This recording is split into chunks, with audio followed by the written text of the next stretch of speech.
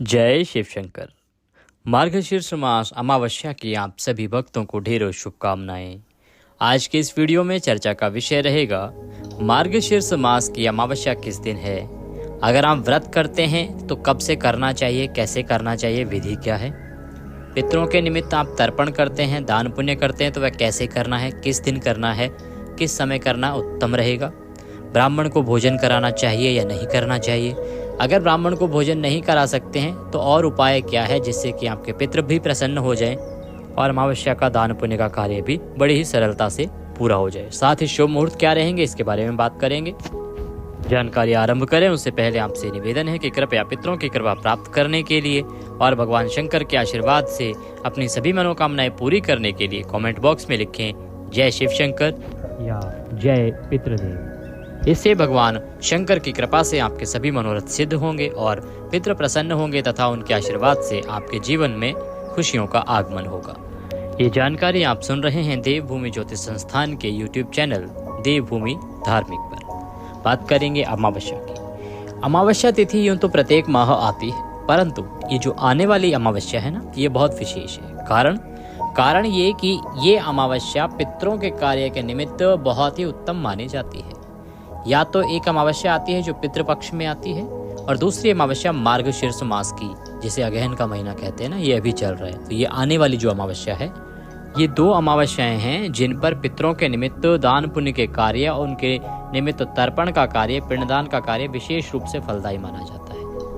यूँ तो अमावस्या जो तिथि है ना, वो तिथि ही पितरों को समर्पित है। जैसे बाकी सभी तिथियां अन्य देवताओं को समर्पित हैं, उनके प्रत्येक तिथि का एक देवता है, वैसे ही अमावस्या के देवता या जिसको अमावस्या का भोग लगता है, जो समर्पित तिथि है, वो है पितृ हमारे। इसीलिए इस दिन पितरों की विशेष रूप से पूजा की जाती है।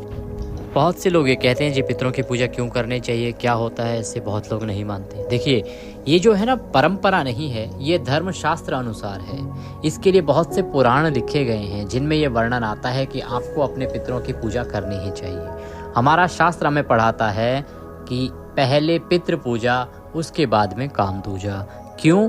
देवता स्वयं कहते हैं कि यदि आपने अपने पितरों को मना लिया तो हम स्वसाध्य हो जाएंगे। यदि पितृ आपके नाराज हैं, पितरों को आपने प्रसन्न नहीं किया है, तो देवता जितना मर्जी मना लीजिए, पाठ पूजा जितना मर्जी कर लीजिए, आपके दिन अच्छे तो नहीं आएंगे। कैसे पता चलेगा कि पितृदोष तो नहीं है, आपके पितृ परेशान तो नहीं है या आपके पितृ आपसे नाराज तो नहीं है? देखिए, बहुत लंबे समय से आपके परिवार में कोई बीमार है तो ये उसी का एक सीधा सा लक्षण है कि आपके पितृ कहीं ना कहीं परेशान हो सकते हैं। आप बहुत लंबे समय से प्रयास कर रहे हैं, नौकरी नहीं लग रही है या आर्थिक बदहाली होती जा रही है, अर्थात आपको पैसों की तंगी सताने लगी है और बहुत अधिक बढ़ती जा रही है। वो आपके बहुत प्रयास करने के बाद भी आपके पास पैसा नहीं आ रहा है, धन संपत्ति नहीं आ रही है, तो इसका मतलब है कि आपके पितृ आपसे नाराज हैं। पहले उसको देखिए, किसी योग्य ब्राह्मण से चेक करवाइए, अपनी पत्री, अपनी कुंडली दिखवाइए। अगर आपको दिखवाना चाहते हैं तो हमारे नंबर्स पर संपर्क कर सकते हैं और आप अपनी कुंडली भेज दीजिएगा या अपने डेट ऑफ बर्थ के साथ आप हमें डिटेल्स भेज दीजिएगा। आपकी कुंडली हम यहाँ निकाल के और सारा निष्कर्ष निकाल के आपको बता देंगे। इसके लिए आप हमारे नंबर्स पर संपर्क कर लीजिएगा। परंतु यह देखना बहुत आवश्यक है कि आपकी कुंडली में पितृदोष तो नहीं है, आपके पितृ आपसे परेशान, नाराज तो नहीं है, कुछ गलती तो नहीं हो गई है। वो विषय बहुत लंबा हो जाएगा, वापस हम अमावस्या पर आते हैं। तो इसीलिए अमावस्या के दिन आपको पितरों का तर्पण, दान पुण्य करना चाहिए और इसीलिए ये तिथि मनाई गई है ताकि समय समय पर सभी लोग अपने पितरों को मना सकें। करना क्या होता है इस दिन? सुबह सूर्योदय से पहले उठ जाएं, स्नान आदि करने के बाद आप अपने मंदिर में साफ सफाई करके भगवान की पूजा करेंगे। पहले व्रत के निमित्त बता देते हैं कि जो अमावस्या का व्रत करते हैं उनको क्या करना है, फिर आपका तर्पण के बारे में भी जानकारी साथ में ही दे देंगे। स्नान आदि करने के बाद, मंदिर की साफ सफाई करने के बाद भगवान गौरी शंकर की पूजा इस दिन की जाती है। माता पार्वती और शंकर भगवान की पूजा गणेश जी के साथ आपको करनी चाहिए। जो लोग व्रती जन हैं, जो लोग इस दिन व्रत करते हैं, पूजा करने के लिए एक लोटे में जल ले लीजिए, शुद्ध जल, उसमें थोड़ा गंगा जल मिला लीजिए। एक प्लेट में रौली, मौली, पान, सुपारी, लौंग, इलायची, धूप और घी का दीपक, ये सामग्री जो कि सभी के घर में होती है, जो भी सज्जन प्रतिदिन पूजा करते हैं, ये सामग्री उनके घर में होती ही है। तो इसके बाद आप आसन लगा के बैठ जाएं। भगवान शंकर और माता पार्वती की कोई तस्वीर या प्रतिमा आपके पास होगी, अगर नहीं है तो वह स्थापित कीजिए। स्थापित करने के लिए एक स्थान पर, अगर मंदिर में जगह है तो मंदिर में, या चौकी लगाइए, जो भी आपको उपयुक्त स्थान मिले ना। हमारा जो कहना होता है या पूजा बताने का जो सिद्धांत या तरीका है वो ये है कि सामान्य से सामान्य, गरीब से गरीब व्यक्ति भी पूजा कर सके। तो आवश्यकता नहीं है कि आपके घर में कोई चौकी नहीं है तो पूजा नहीं होगी, कोई ऐसा साधन नहीं है तो पूजा नहीं होगी। आप पृथ्वी पर बैठकर पृथ्वी पर भगवान को स्थापित करके भी पूजा कर सकते हैं। आइए विधान बताते हैं आपको आगे। तो आप जहाँ भी भगवान की तस्वीर रखते हैं, जो आपके लिए उत्तम जगह है, उस स्थान पर पहले जो गंगा जल मिला हुआ जल है ना, उसे छींटे दे दीजिए। उस स्थान का पवित्रीकरण हो गया। मंत्र कुछ आपको नहीं आता है, कोई बात नहीं, केवल एक मंत्र बोलिए, ओम नमः शिवाय, ओम नमः शिवाय, ओम नमः शिवाय। इससे बड़ा कोई मंत्र नहीं है भगवान शंकर की पूजा अगर आपको करनी है तो। बाकी मंत्रों की आवश्यकता भी नहीं है आपको। पवित्रीकरण हो गया। अब उस स्थान पर अगर थोड़े पुष्प हैं तो पुष्प वहाँ पे बिखरा दीजिए, फूल बिखरा दीजिए। ये भगवान को आसन के रूप में हो जाएंगे कि आप भगवान को आसन दे रहे हैं कि प्रभु ये आपके लिए आसन है, आप इस पर विराजमान हो जाएं। और उसके बाद भगवान की तस्वीर को प्रेम पूर्वक उस पर रख दीजिए। अब भगवान की पूजा करेंगे। पूजा करने के लिए पहले पद्य अर्घ आचमनी, ये शास्त्र अनुसार जो पूजा विधि है उसको सरल करके हम आपको बता रहे हैं। ये पद्य अर्घ आचमनी कराई जाती है, तो इसलिए उस जल से 3 बार भगवान की तस्वीर पर छींटे दीजिए। उसके बाद तिलक लगाइए भगवान को, रौली का तिलक लगा दीजिए, चंदन है चंदन का तिलक लगा दीजिए, अक्षत लगाइए, फूलों की माला पहनाइए, खुले फूल है तो वह अर्पित कर दीजिए। धूप दिखाइए, धूप जलाइए, धूप से उतारिए, धूप दिखाइए। फिर दीप में घी का दीपक आपको जलाना है। इसमें विशेष ध्यान दीजिएगा कि आजकल लोग पूजा का घी के नाम पे चीज़ों को बेच रहे हैं, उस घी को ना प्रयोग करें। पूजा का घी कुछ होता नहीं है, अशुद्ध घी होता है पूर्ण रूपेण। अगर आप देसी घी का दीपक जला सकते हैं तो उत्तम है, वही जलाइए, बाकी कोई घी मत लाइए, सस्ते के चक्कर में मत फंसिए। इससे अच्छा है कि आप तिल का तेल ले आइए, पर जो जलाइए वह पवित्र होना चाहिए, प्योर होना चाहिए। तो तिल के तेल से भी आप दिया जला सकते हैं, ज़रूरी नहीं है कि आप घी से ही जलाएं, पर पवित्र होना चाहिए। दीप दिखाइए। इसके बाद नैवेद्य के रूप में कोई आपके पास मिठाई होगी, मिठाई को अर्पित कीजिए। कोई फल है तो फल चढ़ा दीजिए, फल नहीं है तो मिश्री के कुछ दाने लीजिए और वह भगवान को चढ़ा दीजिए। और उसके बाद जलाचमनी करा दीजिए। इस प्रकार से पूजा यहाँ पर समाप्त हुई। इसके साथ ही पूजा आरंभ करने से पहले आपको संकल्प करना चाहिए, व्रत करने का, पूजा करने का संकल्प करना चाहिए। उसकी विधि भी आपको बता देते हैं कि जब आप आसन लगा के बैठेंगे तो अपने हाथों को धो लीजिए। हाथ धोने के बाद अपने सीधे हाथ में जल लीजिए। दक्षिणा के रूप में 1 रुपये का सिक्का कम से कम रखिए। और उसके बाद आप संकल्प पढ़ेंगे 3 बार। बोलिए ओम विष्णु, ओम श्री विष्णु, ओम श्री विष्णु। अपना नाम, अपना गोत्र, जिस स्थान पर बैठ के आप संकल्प कर रहे हैं ना, वहाँ का मकान नंबर, क्षेत्र का नाम, शहर का नाम, मार्गशीर्ष मासे अमावस्यायाम पुण्यतिथियों अमुक वासरे, जो भी उस दिन वार है वह वार बोलिए। हे प्रभु, आज के दिन हम यह व्रत और पूजन करने का संकल्प करते हैं, इसको हम सफलतापूर्वक कर पाएं, हमें इतनी शक्ति दीजिए और इसे स्वीकार कीजिए। इस प्रकार से संकल्प भगवान के चरणों में छोड़ दीजिए। और उसके बाद आप ये पूजा करेंगे। पूजा करने के बाद आपको कथा सुननी चाहिए।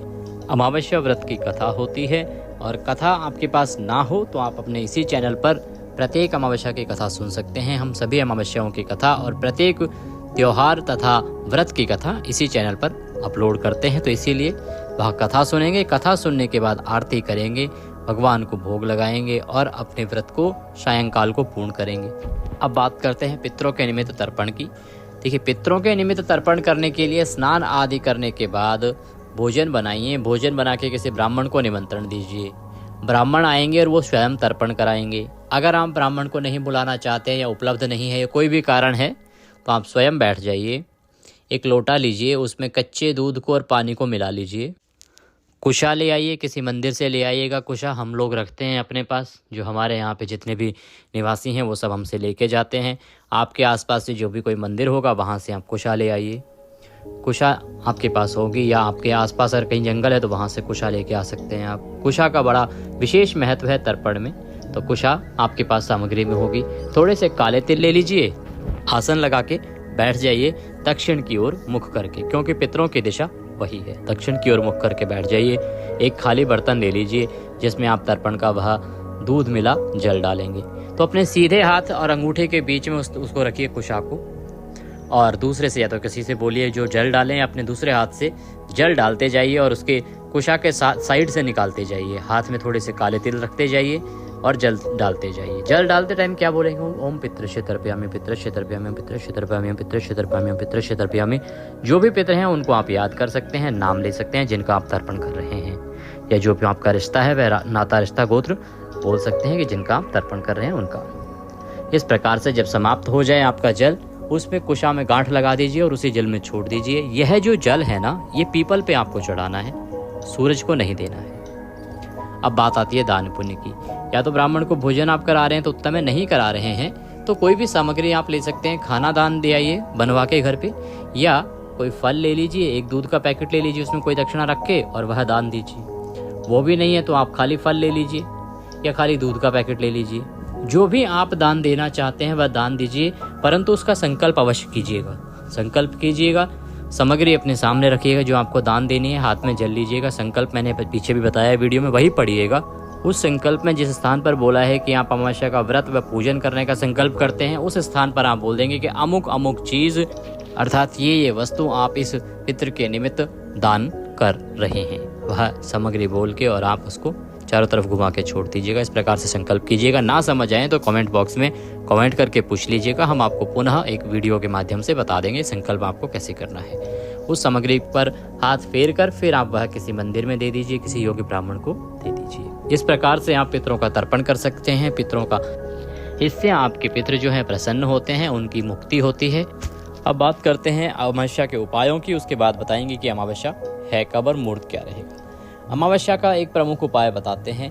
आप सायंकाल को सूर्यास्त के बाद तेल का दिया बनाइएगा, लंबी बाती वाला, उसमें थोड़े काले तिल डालिएगा और पीपल के वृक्ष पे जाके उस दिए को जला के 7 बार पीपल की आरती उतारिएगा। और उस समय जब आप आरती उतार रहे हैं तो अपनी कामना बोलिएगा, जो आपकी इच्छा है या कोई परेशानी जीवन में चल रही है तो वह अपने पितरों को याद करते हुए बोलिएगा कि हे पितृदेव मेरी रक्षा कीजिए, मैं बहुत परेशान हूँ, ये समस्याएं हैं, ये परेशानी है, इनको हल कीजिए।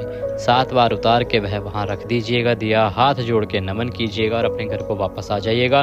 देखिएगा कि कुछ ही समय में आपके जीवन की परेशानियाँ दूर हो जाएंगी। इस उपाय को आप अवश्य ही करके देखिएगा। हमसे बहुत लोगों ने पूछा है, यहाँ आने वालों ने, मिलने वालों ने, हमने जिस जिस को बताया है उसको लाभ अवश्य ही हुआ है। इस प्रकार से ये आप उपाय करें। नियम की बात करते हैं। अमावस्या के दिन आपको कुछ नियम बरतने चाहिए।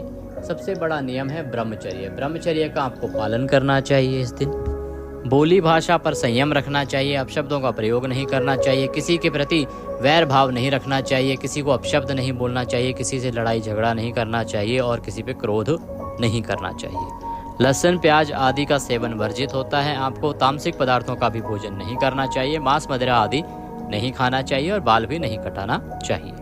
इस प्रकार के नियम है, इनका जो व्यक्ति पालन करता है उसके जीवन से सारे दुख दूर हो जाते हैं, खुशियों का आगमन होता है, माँ लक्ष्मी सदा प्रसन्न रहती हैं और भगवान के आशीर्वाद से उसके घर में धन धान्य के भंडार भरते हैं और पितृ भी सदा प्रसन्न रहते हैं। तो ये थी विधि अमावस्या के बारे में। जानकारी कैसी लगी अवश्य बताइएगा। इच्छा पूर्ति के लिए कमेंट बॉक्स में लिखिएगा जय शिव शंकर या ओम नमः शिवाय। भगवान सबका कल्याण करें। चैनल पर नए हैं तो चैनल को सब्सक्राइब करते जाइए ताकि आपको सही जानकारी, ऑथेंटिक जानकारी जो पंचांग और ज्योतिष शास्त्र बताते हैं वह समय से मिलती रहे। भगवान सबका कल्याण करें। जय शिव शंकर।